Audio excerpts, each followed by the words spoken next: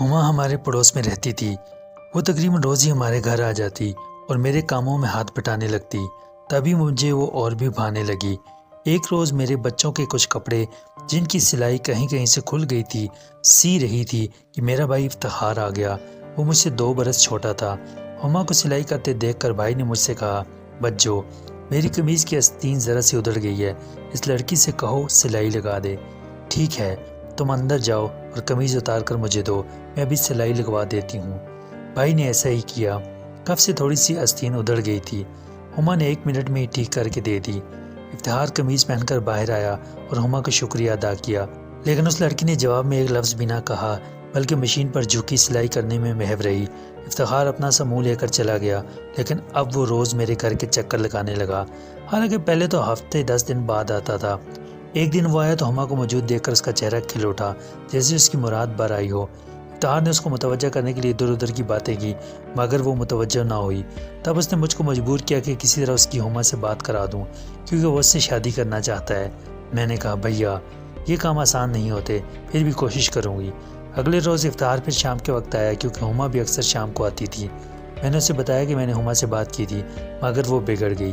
کہنے لگی کہ میں آپ سے ملنے آتی ہوں، اس کا یہ مطلب نہیں کہ آپ کے بھائی صاحب مجھ سے عشق فرمانے لگیں۔ مجھے آپ سے یہ امید نہ تھی۔ میں نے ہما سے کہا کہ میں نے اپنے بھائی کا پیغام دیا تو کیا برا کیا ہے؟ شادی کا پیغام دینا عزت کی بات ہوتی ہے، اس میں برائی والی تو کوئی بات نہیں۔ اس نے کہا، یہ برائی والی بات نہیں، لیکن شادی کا پیغام لڑکی کو نہیں اس کے والدین کو دیا جاتا ہے۔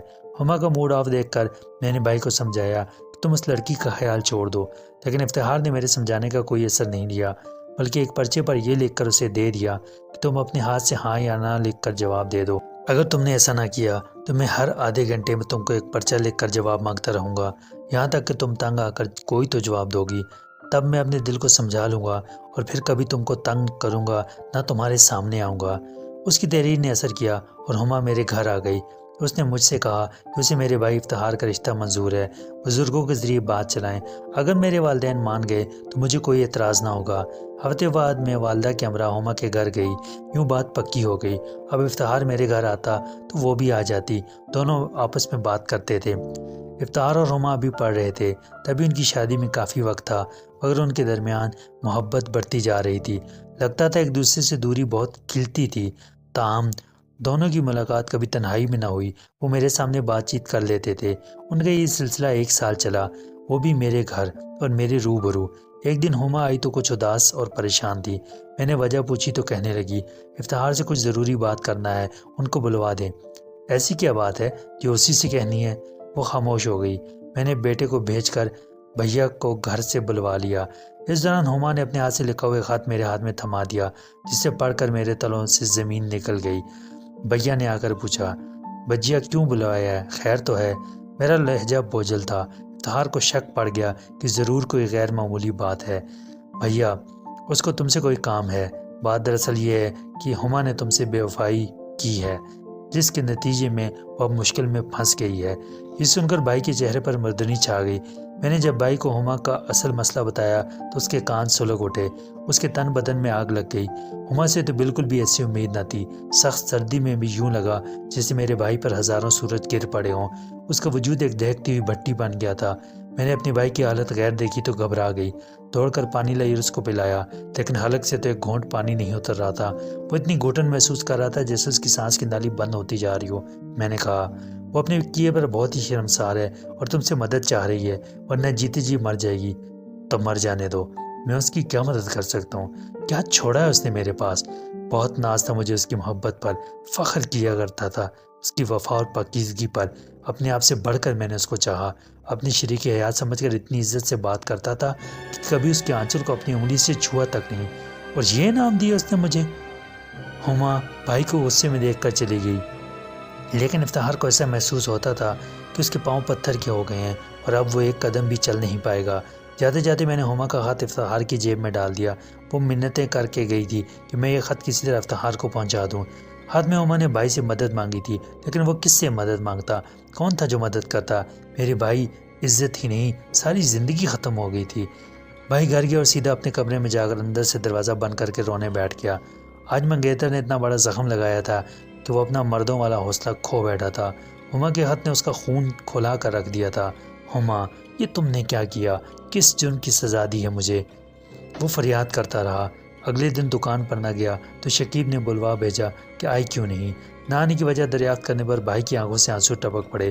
سوچا کس کو کیسے کہوں کہ اب کمانے سے کوئی دلچسپی نہیں رہی، دولت کماؤں تو کس کے لیے؟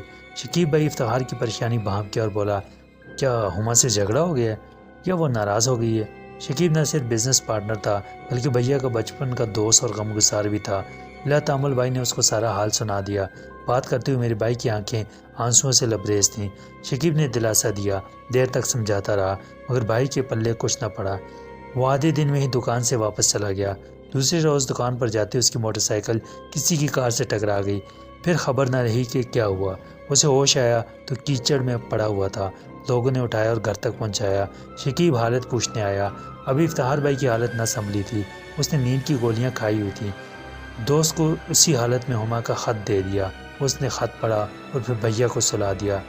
وہ 2 دن سوتا رہا اور جب جاگا تو موت کا سا جھٹکا لگا۔ طبیعت میں کسل مندی اپنی انتہا کو تھی۔ اس نے شکیب کو بلوایا۔ آج وہ قدرے اس موضوع پر بات کرنے کو تیار تھا، چاہتا تھا کوئی حل نکل آئے۔ دوست سے مشورہ کیا۔ اس نے کہا، میں نے خط پڑھا ہے، اس نے تم سے بے وفائی ضرور کی ہے لیکن خود سے بھی کچھ کم دشمنی نہیں کی ہے۔ اب اسے اگر کچھ امید ہے تو وہ بھی تم سے ہی ہے، باقی ہر طرف سے اپنی ہلاکت ہی نظر آ رہی ہے۔ تم چاہو تو اس کو سزا دو مگر اس نے اپنے گناہ کو تم سے چھپایا نہیں ہے۔ تم بھی کیا سزا دے سکتے ہو؟ تعلق ہی ختم کر دو گے؟ سو وہ تو ہو چکا۔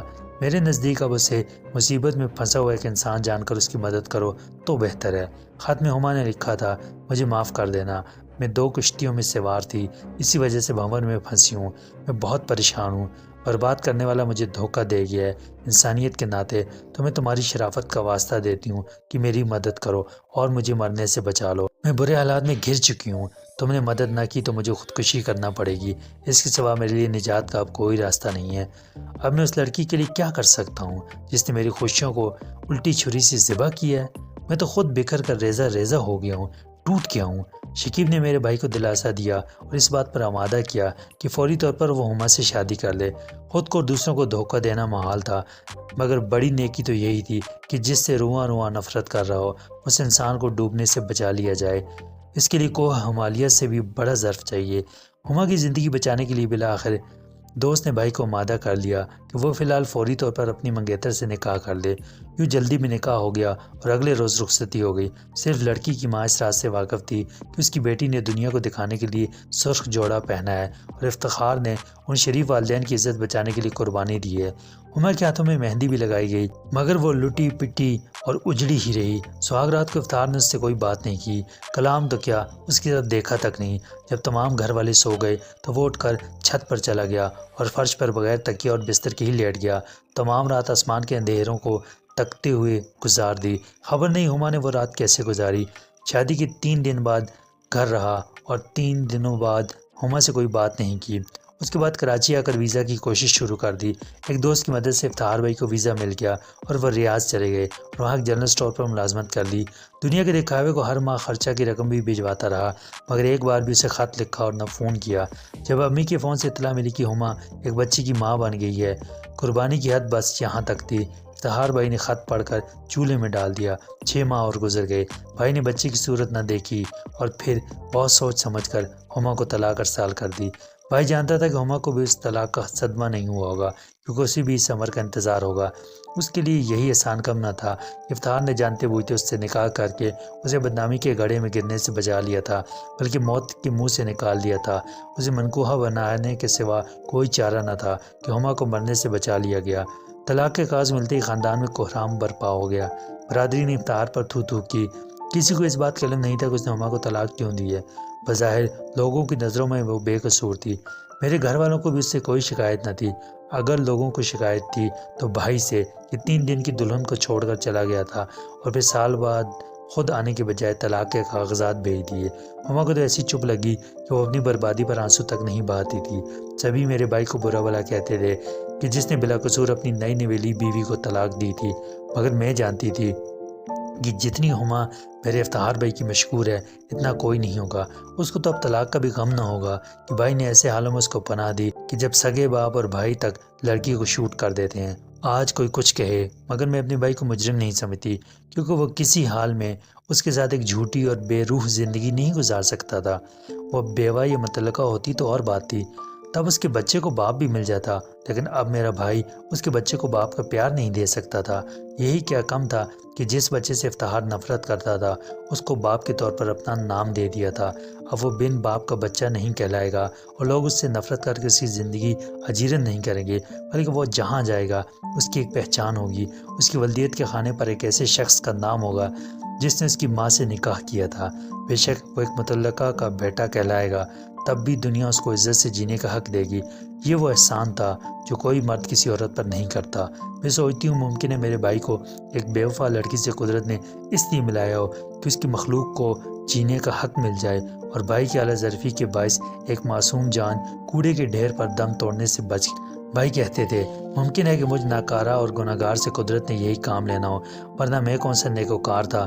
بعد میں سنا تھا کہ کچھ عرصہ عما اپنے والدین کے گھر رہی، پھر اس کے والدین نے ایک رشتہ ڈھونڈ کر اس کے گھر کر دیا۔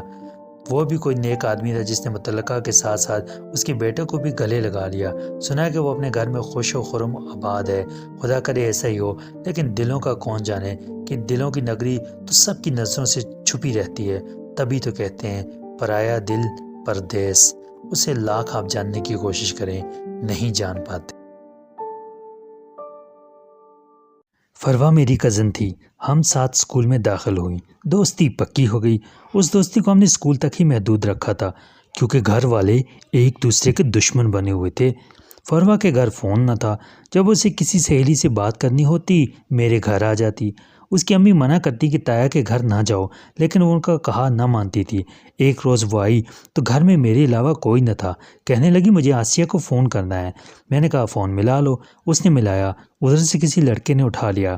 اسے شرارت سوجی، بولی بات کر لو، تمہارا فون ہے۔ جب میں نے ہیلو کہا تو جواب میں لڑکی کی آواز سنی، گھبرا گئی۔ ان دنوں بہت ڈرپوک ہوا کرتی تھی، میری گھبراہٹ سے وہ بہت محظوظ ہوئی۔ فون مجھ سے لے لیا، بولی یہ فاریہ ہے، بڑی ڈرپوک ہے، تم سے بات نہیں کر سکتی۔ مجھے بہت برا لگا، لیکن فروا نے برا ماننے کی پرواہ نہ کی، بلکہ دیر تک اس لڑکے سے ادھر ادھر کی ہانکتی رہی۔ اس کے بعد یہ اس کا معمول بن گیا، جب آتی فون ملا کر باتیں شروع کر دیتی۔ میں امی کو یوں نہ بتاتی کہیں اس کا آنا بند نہ کر دیں۔ امی پوچھتی تو کہہ دیتی کہ اپنی کسی سہیلی سے بات کرتی ہے۔ والدہ مجھ پر خفا بھی ہوتی، میں پرواہ نہ کرتی، فروا کی ہم نوا ہو جاتی۔ اس لڑکے کا نام شاہ رخ تھا۔ رفتہ رفتہ فروا سے اس کی دوستی ہو گئی۔ میں اب تک اس معاملے سے دور ہی رہی، کہیں ناراض ہو کر میرے گھر آنا بند نہ کر دے۔ ایک روز اس نے کہا فاریہ، گھر والے میرے نام کی ڈاک کھول لیتے ہیں، میں ایک خط تمہارے پتے پر منگوانا چاہتی ہوں، جب خط آئے دھیان رکھنا۔ میں اسے اب منع بھی نہ کر سکی کہ کہیں ہماری دوستی نہ ٹوٹ جائے۔ دراصل مجھے اس کی دوستی بہت عزیز تھی، یوں اس کے خط میرے نام آنے لگے۔ امی میرے خط نہ کھولتی تھیں اور مجھے دے دیا کرتی تھیں، میں وہ خط فروا کو دے دیتی، کبھی اس کا لفافہ نہ کھولتی، اس کی امانت سمجھ کر۔ خط اسلام آباد سے آتا تھا، امی سمجھتی تھیں میری اسلام آباد والی سہیلی زویا مجھے خط لکھتی ہے، کیونکہ پہلے وہ میرے ساتھ پڑھا کرتی تھی۔ ہمارے فون کا تار فروا کے گھر کی طرف سے آتا تھا، جدھر اس کی کھڑکی تھی وہاں سے تار میں جوڑ لگایا جا سکتا تھا۔ فروا نے ایک سیٹ منگوا کر تار جوڑ کر اپنے کمرے میں ہمارے کنیکشن سے فون لگا لیا اور اسے اپنی الماری میں چھپا کر رکھ دیا۔ یہ بات اس نے مجھے بتا دی اور سماجت کی کہ روز شام کو 4 بجے تم اپنے فون کا پلگ نکال دیا کرو آدھے گھنٹے کے لیے۔ اس دوران وہ شاہ رخ سے اپنے گھر پر ہی بات کر لیا کرتی تھی۔ اس نے اس لڑکے سے اپنے طور پر لمبا سلسلہ چلا لیا۔ ایک روز اس نے بتایا کہ شاہ رخ بہت اصرار کر رہا ہے کہ میں اسے اپنی تصویر بھیجوں، کیا کروں؟ میں نے کہا کسی اور کی بھیج دو۔ اس نے نہ جانے کس کی تصویر بھیج دی جو مجھے نہ دکھائی۔ سوچ بھی نہ سکتی تھی میری وہ کزن جس سے میں سچی محبت کرتی ہوں میری تصویر اس لڑکے کو بھیج دے گی۔ اگر جانتی کہ وہ یہ کرے گی تو کبھی اسے ایسا مشورہ نہ دیتی۔ فروا کا یہ سلسلہ چلتا رہا، گرچہ مجھے یہ سلسلہ پسند نہ تھا، لیکن اسے روک بھی نہ سکتی تھی کیونکہ وہ ضد کی پکی لڑکی تھی۔ مجھے اندازہ ہو گیا کہ وہ میری دوستی کو چھوڑ سکتی ہے، شاہ رخ کو نہیں چھوڑ سکتی۔ ایک روز فروا نے کہا کہ آج میرے ساتھ اسکول سے تھوڑی دیر کے لیے کتابوں کی دکان تک چلنا ہے۔ میں ہمراہ چلی گئی۔ دکان پر ایک پکے سن کا شخص کھڑا تھا جس کے ہاتھ میں گلاب کا پھول تھا۔ یہی شاہ رخ ہے، فروا نے کہا۔ مجھے وہ بالکل اچھا نہ لگا، معمولی شکل و صورت کا تھا، شادی شدہ اور 4 بچوں کا باپ تھا۔ دکان سے نکل کر میں نے فروا کو کافی لعنت ملامت کی.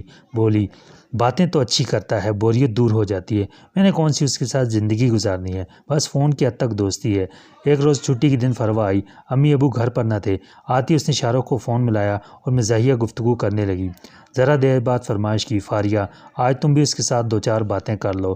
کس خوشی میں؟ ارے بھائی میری خوشی کی خاطر، تم کو میری جان کی قسم ہے. اس نے زبردستی مجھے ریسیور تھما دیا. مجھے اس بھونڈے آدمی سے بات کر کے کیا خوشی ہونی تھی. زبردستی دو چار جملے کہے فروا کی خاطر. یہ مجھ سے بڑی غلطی ہو گئی کہ اس کا کہا مان لیا. اس کے بعد میری شامت آ گئی. اب شاہ رخ صاحب بے باک ہو گئے. جب جی چاہتا فون گھما دیتے، اگر کوئی اور اٹھاتا تو بند کر دیتے. میں اٹھاتی تو قسمیں دینے لگتے کہ بات کرو. بار بار فون اٹھانے سے کتراتی اور یہ تھوڑی تھوڑی دیر بعد رنگ کر دیتے. میری تو جیسے شامت ہی آ گئی. گھر والوں سے خوفزدہ ہر وقت پریشان رہنے لگی. آخر میں نے ایک روز اس کو سخت لہجہ میں ڈانٹ دیا کہ اب مجھے فون مت کرنا، ورنہ میں فروا سے بھی تمہاری بات بند کرا دوں گی. اس پر اس نے دھمکی دی کہ اگر تم نے ایسا کیا تو یاد رکھنا تمہارا فون ہر وقت ڈیڈ ملے گا، چاہے کتنی شکایات درج کراؤ نہیں کھلے گا. جب فروا سے اس کی شکایت کی، الٹا مجھ پر بگڑنے لگی کہ تمہارا دماغ خراب ہے، کیوں خواہ اس سے پنگا لے رہی ہو، جانتی نہیں ہو وہ کون ہے، چاہے تو ایک منٹ میں ہمیں رسوا کر سکتا ہے. فروا کے منہ سے یہ الفاظ سن کر میں دنگ رہ گئی. مجھے سخت صدمہ ہوا اور میں نے اپنے گھر سے جو کنیکشن اسے کمرے میں دیا ہوا تھا وہ ہٹا لیا. اب وہ ہمارے کنیکشن سے اپنے محبوب کو فون نہ کر سکتی تھی. اس نے بات چیت ترک کر دی اور دوستی کا رشتہ توڑ لیا. انہی دنوں خالہ نے امی سے میرے رشتے کی بات کی تو امی نے ان کے بیٹے عادل کے لیے میرا رشتہ منظور کر لیا. عادل خوبصورت اور اعلیٰ تعلیم یافتہ تھا، بیرون ملک سے پڑھ کر آیا تھا اور اب ایک اعلیٰ عہدے پر فائز تھا. ہمارا گھرانہ اس رشتے پر خوش تھا. میں اور عادل بھی مسرور تھے کیونکہ ہم دونوں بھی ایک دوسرے کو پسند کرتے تھے. میری دلی تمنا تھی کہ میں اس کی ہو جاؤں اور اب قدرت نے خود ہی اس کا انتظام کر دیا تھا. فروا اگرچہ مجھ سے ناراض تھی لیکن منگنی والے دن وہ از خود آ گئی. امی نے اس کو کہلوایا تھا کہ منگنی پر تم نے آنا ہے کیونکہ ان کو علم نہ تھا کہ ہماری دوستی کے درمیان رکھنا پڑ چکا ہے. فروا میری منگنی پر خوش نظر آ رہی تھی. اس نے ہنس کر مجھے مبارکباد دی تو میں نے بھی اسے معاف کر دیا اور دل صاف کر لیا. اسے گلے لگا لیا. سوچا اللہ نے میری مراد مجھے دے دی ہے تو اس سے ناراض رہ کر کیا ملے گا. منگنی کے بعد عادل مجھے فون کرنے لگا. ہم فون پر باتیں کرتے تھے. مجھے معلوم نہ تھا کہ شاہ رخ کی ملازمت ٹیلی فون کے محکمے میں ہے اور وہ ہمارے فون سنتا ہے. وہ میری اور عادل کی تمام گفتگو سنتا تھا اور واقف ہو گیا تھا کہ ہماری شادی ہونے والی ہے. ایک روز میں نے محسوس کیا کہ عادل مجھ سے کھنچا کھنچا سا ہے. میں ڈر گئی لیکن پوچھنے کی ہمت نہ ہوئی. وہ پہلے ہمارے گھر ہر ہفتے آتا تھا، اب اس نے گھر آنا بھی چھوڑ دیا. ایک دو بار امی کے بلانے پر آیا بھی تو اس کے لہجے میں اس قدر صد مہری تھی کہ لگتا نہ تھا کہ وہی عادل ہے جو رات بھر فون کرتا تھا. اب ایک بار بھی فون پر بات کرنا گوارا نہ تھا اسے. بالآخر یہ معمہ حل ہو گیا. جب فروا کو شاہ رخ نے اپنے جال میں پھنسا کر اس کی آبرو خاک کر ڈالی تو وہ ایک دن روتی ہوئی آ کر میرے گلے لگ گئی، معافی مانگی اور بولی فاریہ میں تمہاری مجرم ہوں. میں نے تمہاری تصویر شاہ رخ کو بھیجی تھی ایک مذاق جان کر. اس نے عادل کو دے دی اور کہا کہ تمہاری منگیتر نے مجھے تصویر بھیجی ہے اور تم سے منگنی سے پہلے وہ مجھ سے فون پر بات کیا کرتی تھی. اس بات پر عادل کا دل مجھ سے پھر گیا. عادل نے مجھ سے پہلے سرد رویہ اپنایا، پھر منگنی توڑ دی. دکھ تو بہت ہوا لیکن میں عادل کے دل سے غلط فہمی کو دور نہ کر سکی، کیونکہ دل کا شیشہ اگر ایک بار ٹوٹ جائے تو اس میں آیا بال دور نہیں کیا جا سکتا. مرد کی فطرت ایسی نہیں کہ عورت کا قصور بھلا سکے، خواہ عورت بے قصور ہی کیوں نہ ہو. ایک بار کے شک سے اعتبار کا بھرم جاتا رہتا ہے. مجھے عادل کے کھو دینے کا بہت غم ہوا مگر یہ غم سہنا پڑا. اس پریشانی سے میری طبیعت خراب رہنے لگی. امی نے چیک اپ کرایا تو پتہ چلا ٹی بی ہو گئی ہے. سچ ہے غم گہرا ہو تو دیمک کی طرح انسان کی صحت کو چاٹ جاتا ہے. باقاعدگی سے علاج ہونے لگا. بالآخر میں نے اس جان لیوا بیماری سے نجات حاصل کر لی مگر روح کو جو دیمک لگی وہ نہ جا سکی. عادل کی شادی ہو گئی. وہ اپنی بیوی کو لے کر بیرونی ملک چلا گیا. فروا کی بھی شادی ہو گئی اور وہ رخصت ہو کے اپنے گھر سدھار گئی، لیکن میں جہاں تھی وہاں رہ گئی. دعا کرتی تھی کہ میرے نصیب کی خوشیاں بھی عادل کو مل جائیں کیونکہ قصور میرا تھا. غلطی مجھ سے ہوئی، عادل کا کوئی قصور نہیں تھا. میں نے ہی فروا کی دوستی میں اس پر اتنا اعتبار کر لیا کہ اس نے ناگن بن کر مجھے ڈس لیا. میرے نصیب میں اندھیرے نہیں تھے لیکن اپنی بیوقوفی سے میں نے اندھیرے بھر لیے. فروا کو اس کی منزل مل گئی. آج سوچتی ہوں اگر بڑوں کی لڑائی تھی تو اس کی کوئی وجہ تھی. وہ ہمیں بھی ایک دوسرے سے دور رہنے کی تلقین کرتے تھے. ہمارے کزن اور میرے بہن بھائی اسی وجہ سے آپس میں نہیں ملتے تھے مگر میں نے بڑوں کی بات نہ مانی. تبھی امی نے مجھے روکنا ٹوکنا چھوڑ دیا، بلکہ میرے حال پر چھوڑ دیا. فروا سے ملنے سے بھی نہیں روکتی تھیں، چاہتی تو روک دیتی، تب شاید میں تباہ نہ ہوتی. ماں باپ بچوں کا مزاج بناتے ہیں اور ان کے مزاجوں کو سمجھتے بھی ہیں. تاہم کچھ والدین کبھی کبھی اپنی ذمہ داریاں نہیں سمجھتے اور بچوں کو ان کے حال پر چھوڑ دیتے ہیں. تب مجھ جیسے نادان بچے بڑا نقصان اٹھاتے ہیں. ایسا جس کا عمر بھر ازالہ نہیں ہو سکتا۔ میری زندگی میں بہت سی مصیبتیں آئیں، لیکن اللہ نے مجھ کو ہر مصیبت کا سامنا کرنے کا حوصلہ دیا، اس لیے میں ہم وقت شکر ربی کرتی رہتی ہوں۔ میرے دادا ہیڈ ماسٹر تھے، وہ بہت دیندار آدمی تھے۔ ان کے 2 بیٹے تھے، ایک میرے والد اور دوسرے چچا منان۔ دونوں کی پرورش نہایت توجہ سے اسلامی اصولوں پر ہوئی۔ اسی وجہ سے آج میں فخر سے کہتی ہوں کہ ماں باپ نے ہمارے اندر حرام کا ایک لقمہ بھی جانے نہ دیا۔ بابا اور چاچو ساتھ رہتے تھے، گھر میں مشترکہ خاندانی نظام تھا۔ چچی کے یہاں شہزیب پیدا ہوا اور سال بعد میں عالم وجود میں آئی۔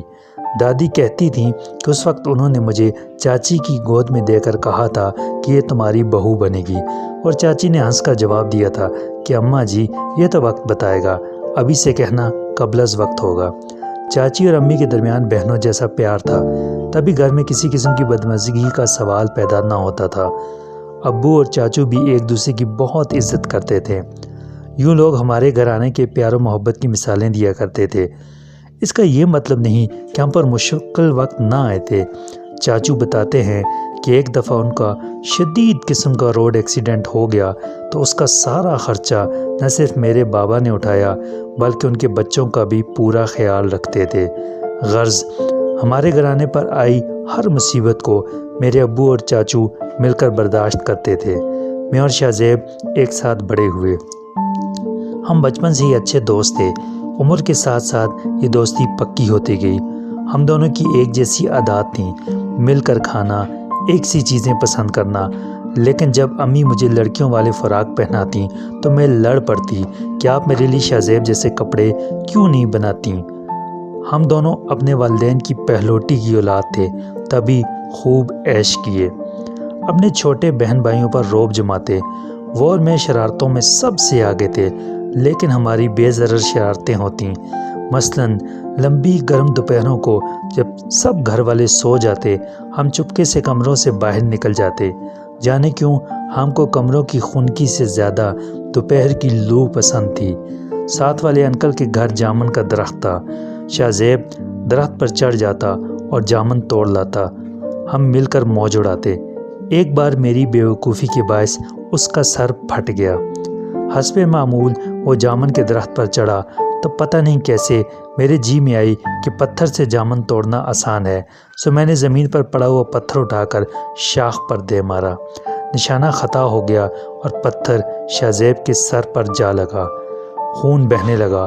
خون بہتے دیکھ کر کسی کو بلانے کے بجائے میں وہیں رونے بیٹھ گئی۔ وہ خود ہی نیچے اتر آیا اور اندر جانے کے بجائے مجھے چپ کرانے لگا۔ میری آواز پر امی بابا باہر آئے تو شہزیب کی پٹی کرائی۔ شام کو چاچو نے ہم کو خوب ڈانٹا۔ تب ہم نے توبہ کی کہ آئندہ جامن توڑنے کے لیے درخت پر نہ چڑھیں گے۔ چاچو سے وعدہ کیا کہ ہم دوپہر میں آئندہ باہر نہیں جائیں گے۔ وعدہ توڑنے کی صورت میں انہوں نے دھمکی دی کہ وہ شہزیب کو سائیکل اور مجھ کو چوڑیاں لا کر نہ دیں گے۔ ہم دونوں نے 2 دن صبر کیا، لیکن یہ ہماری ہمت سے باہر تھا، سو ہم پھر اپنی روٹین پر واپس آ گئے۔ ہم نے پھر سے شرارتیں شروع کر دیں۔ چپکے سے دوپہر کو گھروں کی گھنٹیاں بجا کر بھاگ آتے تھے، کیونکہ ساتھ والے انکل نے جامن کا پیڑ ہی کٹوا دیا تھا۔ ایک دن ہمسائے نے ہم کو گھنٹیاں بجاتے پکڑ لیا اور سیدھا چاچو کے پاس لے گیا۔ اس روز جو ہماری مرمت ہوئی وہ آج تک یاد ہے۔ ساری گرمیاں باہر گزارنے کا نتیجہ یہ نکلا کہ مجھے بخار ہو گیا۔ اگلے دن بارش ہونے لگی تو میں حسرت بھری نگاہوں سے شہزیب کو نہاتے دیکھ رہی تھی۔ امی جیسے ہی وہاں سے گئیں، شہزیب نے مجھے بلا لیا۔ رانیہ باہر آؤ، دیکھو کتنی مزیدار بارش ہو رہی ہے، تم بھی نہاؤ۔ میں تو پہلے ہی چاہ رہی تھی۔ امی سے چھپتے چھپاتے ہم دونوں پچھلے صحن میں چلے گئے اور نہاتے رہے۔ گھنٹہ بعد امی کچن میں آئیں تو مجھے بستر پر نہ دیکھ کر پریشان ہو گئیں۔ انہیں پتہ چل گیا کہ میں باہر ہوں۔ ہمیں بارش میں نہاتے دیکھ کر ان کا پارا چڑھ گیا۔ بخار میں نہانے کی وجہ سے سردی نے پکڑا اور رات کو تیز بخار چڑھ گیا۔ تبھی ڈاکٹر نے کہا کہ اس کو نمونیا ہو گیا ہے۔ اس طرح شرارتیں کرتے ہوئے ہم نے سہانے بچپن کو پیچھے چھوڑ دیا۔ دوستی تو اب بھی تھی مگر بچپن والی نہیں بلکہ سنجیدہ دوستی تھی۔ ہمارے خاندان میں لڑکیوں کو پڑھنے کی اجازت نہ تھی، تبھی 8ویں کے بعد مجھے گھر بٹھا دیا گیا۔ تاہم مطالعہ کا شوق موجود تھا، لہٰذا شاہ زیب کے اصرار پر میں نے 10ویں کا پرائیویٹ امتحان دیا۔ شام کو آرام کرنے کے بعد وہ اکیڈمی چلا جاتا اور پھر واپس آ کر مجھے پڑھاتا۔ اسی دوران وہ مجھ کو اسکول کے واقعات بتاتا۔ شاہ زیب شروع سے ہی لائق تھا۔ ہم برآمدے میں سب کے سامنے بیٹھ کر پڑھتے تھے۔ ابو اور چاچو ہم کو انہماک سے پڑھتا دیکھ کر کہتے تھے کہ چلو تم دونوں کو فضول باتیں کرنے کے علاوہ پڑھنا بھی آتا ہے۔ اب بھی ہم ساتھ کھانا کھاتے اور اگر اس کو اکیڈمی سے آنے میں دیر ہو جاتی تو میں بھی نہ کھاتی۔ ایک دن میری خالہ زاد آمنہ آئی، بولی رانیہ تم کتنی خوش قسمت ہو، جس کو پسند کرتی ہو شادی بھی اسی سے ہوگی۔ میں نے حیران ہو کر اسے دیکھا۔ کیا مطلب؟ وہ بولی مطلب یہ کہ کل خالہ امی کو بتا رہی تھی کہ رانیہ کا کوئی مسئلہ نہیں، یہ میری نگاہوں کے سامنے رہے گی۔ آمنہ کچھ دیر بیٹھی مجھ سے باتیں کرتی رہی مگر وہ میری سوچوں کو ایک نیا رخ دے گئی۔ کیا واقعی میں اس کو چاہتی ہوں؟ لیکن چاہت کیا ہوتی ہے نہیں معلوم، کیونکہ وہ تو صرف میرا دوست ہے۔ میں نے اپنے آپ کو اطمینان دینے کے لیے سوچا تھا۔ یہ مجھے بعد میں پتہ چلا کہ چاہت کس درد کا نام ہے جب میں نے اس کو کھو دیا۔ ایک دن میں نے سوچا چلو اس سے تو پوچھوں، دیکھوں کیا کہتا ہے۔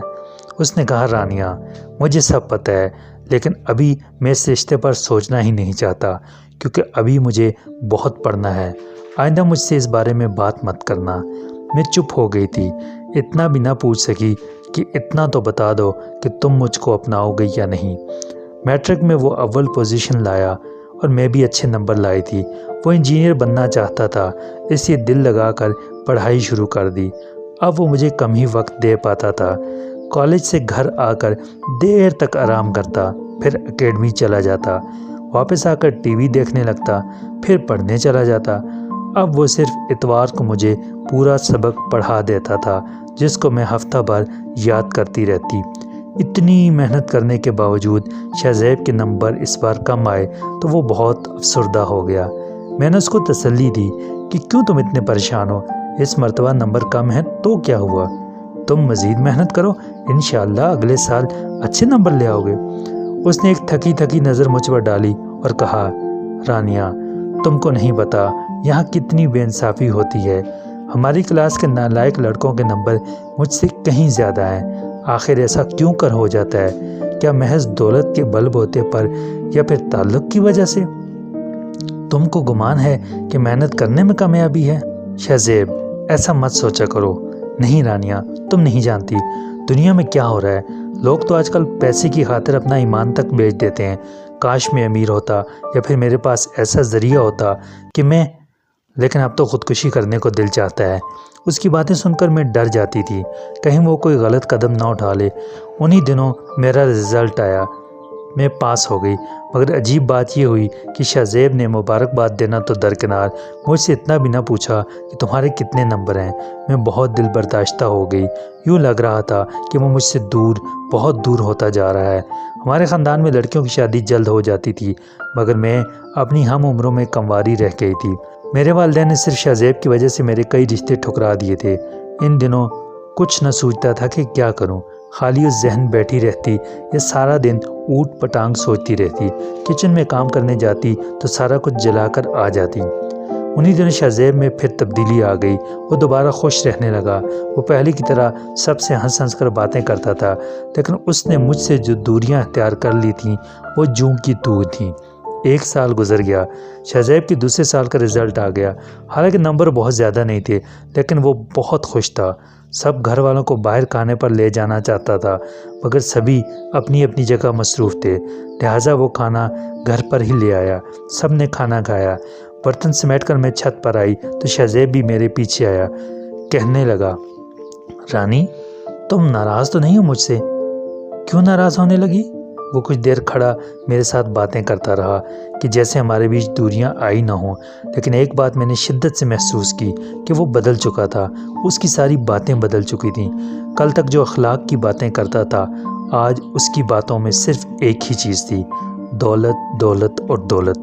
وہ جتنا دولت کی ہوس میں ڈوبتا جا رہا تھا مجھ کو وہ اتنا ہی خود سے دور محسوس ہو رہا تھا۔ اگلے ماہ اس نے چاچو کو بتایا کہ اس کا داخلہ انجینئرنگ میں ہو رہا ہے۔ اس کے والد نے کہا کہ تمہارے نمبر تو کم ہیں، پھر داخلہ کیسے ہو سکتا ہے؟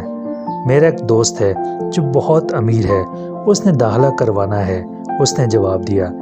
باپ نے سمجھایا کہ تم اپنے دوست کا احسان کیوں لے رہے ہو؟ تو وہ بولا کہ جب انجینئر بن جاؤں گا تو سب کچھ اسے لوٹا دوں گا۔ شہزیب نے جس کالج میں داخلہ لیا اس میں ابو کے ایک دوست بھی پڑھاتے تھے۔ انہوں نے ابو کو آ کر بتایا کہ شہزیب پڑھنے کی طرف کم اور ایک لڑکی جس کا نام مونا ہے اس کی طرف زیادہ توجہ دیتا ہے، ساتھ یہ بھی کہ وہ دونوں کالج میں کم اور کینٹین میں زیادہ پائے جاتے ہیں۔ ابو یہ جان کر خاموش ہو گئے، تاہم انہوں نے اپنے بھائی کے کان میں یہ بات ٹال دی۔ چاچو کو بہت غصہ آیا کیونکہ انہیں شہزیب سے یہ امید نہ تھی۔ ان کا خیال تھا کہ بیٹے کو کم از کم ان کی عزت کا تو پاس رکھنا چاہیے۔ ایک دن چچا غصے میں گرج رہے تھے تو مجھے کسی انہونی کا احساس ہو رہا تھا، تبھی میں دروازہ بجا کر اندر داخل ہو گئی۔ سب مجھ کو دیکھ کر خاموش ہو گئے۔ بیٹھنے سے پہلے ہی بابا نے کہا کہ رانیہ بیٹا 4 کپ چائے بنا لاؤ۔ یوں لگا جیسے مجھے باہر بھیجنے کا بہانہ بنایا ہو۔ میں چپ چاپ باہر نکل آئی۔ شام کو شہزیب آیا تو چاچو نے فوراً اپنے کمرے میں بلا لیا۔ اس کو بالکل اندازہ نہ تھا کہ کس قسم کے سوالات کا سامنا کرنا پڑے گا۔ یہ مونا کون ہے؟ چاچو نے پوچھا۔ وہ حیران رہ گیا، پھر ہچکچاتے ہوئے بولا، میری دوست ہے۔ تمہاری دوستی بس کلاس تک ہونی چاہیے، وہ تمہارے ساتھ ہوٹلوں میں کیا کرنے جاتی ہے؟ کم از کم تم کو میری عزت کا خیال کرنا چاہیے۔ جب تابڑ توڑ ایسے سوالات ہوئے تو اس نے کہہ دیا، ابو فکر مت کریں، میں جلد ہی اس لڑکی کو آپ کی بہو بنا رہا ہوں۔ بیٹے کے اس بے حجابانہ جواب پر باپ نے حیران پریشان ہو کر اس کو دیکھا، پھر چپ چاپ لیٹ گئے۔ شام کو شہزیب میری طرف آیا۔ اس نے کہا، رانیہ میں نے واقعی تمہارے ساتھ غلط کیا ہے، لیکن میں کیا کروں، مجھے مونا بہت پسند ہے۔ یاد ہے جب فرسٹ ایئر کے امتحان کے بعد میں بری طرح ٹوٹ چکا تھا تو مونا ہی تھی جو میری مدد کو آئی۔ اس نے یقین دلایا کہ وہ پوری طرح سے میری مدد کرے گی۔ انجینئرنگ میں داخلہ بھی اسی نے کرایا۔ اب میں اس کے احسانوں تلے دب چکا ہوں۔ ان احسانات کو اتارنے کا ایک ہی راستہ ہے کہ میں اس سے شادی کر لوں۔ وہ کہتا جا رہا تھا، تبھی میں نے اس کی طرف سے منہ موڑ لیا۔ مجھے پتا ہے کہ تم مجھے پسند کرتی ہو، لیکن رانیہ مجھے یقین ہے کہ تم اتنی اچھی لڑکی ہو کہ کوئی بھی لڑکا تم سے خوشی خوشی شادی کر لے گا۔ میری آنکھوں سے آنسو بہنے لگے۔ میں واقعی مونا کو پسند کرتا ہوں۔ اس کی یہ الفاظ میرے کانوں میں برچھیوں کی طرح لگے۔ چیخ چیخ کر کہنا چاہتی تھی، تم مونا سے نہیں، اس کی دولت سے پیار کرتے ہو، لیکن آنسوؤں نے مجھے یہ کہنے کا موقع نہ دیا۔ ایک دن چاچی آئیں، بہت ہی بجھی بجھی تھیں، تھوڑی دیر خاموش بیٹھی رہیں۔ امی نے حال احوال پوچھا تو بھی ان کی زبان نہ کھل رہی تھی۔ آخر کار گویا ہوئیں کہ میں رانیہ کو اپنی بہو نہیں بنا سکتی۔ وہ معذرت کر رہی تھیں اور امی بت بنی ہوئی تھی۔ بس اسی قدر کہا کہ شاید اس کی قسمت اس گھر میں نہیں تھی۔ یہ کہہ کر آنسو چھپانے لگیں۔ چاچی نے بھی نظریں نیچے رکھیں تاکہ ان کے آنسوؤں کو نہ دیکھ سکے۔ انہی دنوں میرا رشتہ آ گیا۔ لڑکا سعودی عرب میں تھا اور وہاں اس کی اپنی ورکشاپ بھی تھی۔ امی شاید اسی انتظار میں تھیں، انہوں نے فوراً ہاں کہہ دی۔ 1 ماہ بعد احمد کے گھر میں دلہن بن کر چلی گئی۔ احمد بہت اچھے انسان تھے اور میری ساس تو مجھے بیٹی جانتی تھیں۔ آہستہ آہستہ میں شہزیب کے غم کو بھولنے لگی۔ 2 سال گزر گئے، میں 2 بچوں کی ماں بن گئی۔ اپنے میکے بہت کم جاتی تھی کیونکہ شہزیب کو دیکھ کر میرا غم تازہ ہونے لگتا تھا۔ امی بھی میرے جذبات سے واقف تھیں، اس لیے زیادہ تر خود ملنے آ جاتی تھیں۔ پچھلے دنوں چاچی کی طبیعت خراب تھی، میں ان سے ملنے گئی تو شہزیب کی حالت دیکھ کر حیران رہ گئی۔ وہ خاصا بیمار لگ رہا تھا۔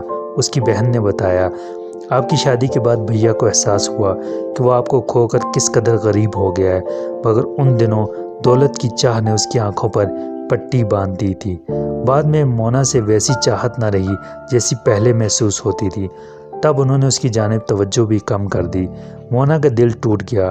انہی دنوں اس کے لیے ایک امیر لڑکے کا رشتہ آ گیا تو اس کے والدین نے دباؤ ڈال کر ہاں کرا دی۔ وہ بھی شہزیب کے گریز کو محسوس کرنے لگی تھی۔ اس کی بہن یہ سب کچھ بتا کر چلی گئی، مگر میں وہاں بیٹھی سوچتی رہ گئی کہ دولت کی چاہت میں اندھے ہو کر جو لوگ اپنے بچپن کے ساتھی کو گنوا دیتے ہیں ان کا انجام ایسا ہی ہوتا ہے کہ وہ خالی ہاتھ رہ جاتے ہیں۔ شہزیب میرے بچپن کا ساتھی پل پل میرا ساتھ نبھانے والا اکیلا رہ گیا تھا۔ اس کی ہنسی شوخی سب کچھ ختم ہو گئی تھی، لٹا لٹا سا۔ ماں نے کئی لڑکیاں دکھائیں، بہن اور باپ نے سمجھایا کہ اب شادی کر لو۔ کیا بوڑھے ہو کر کرو گے؟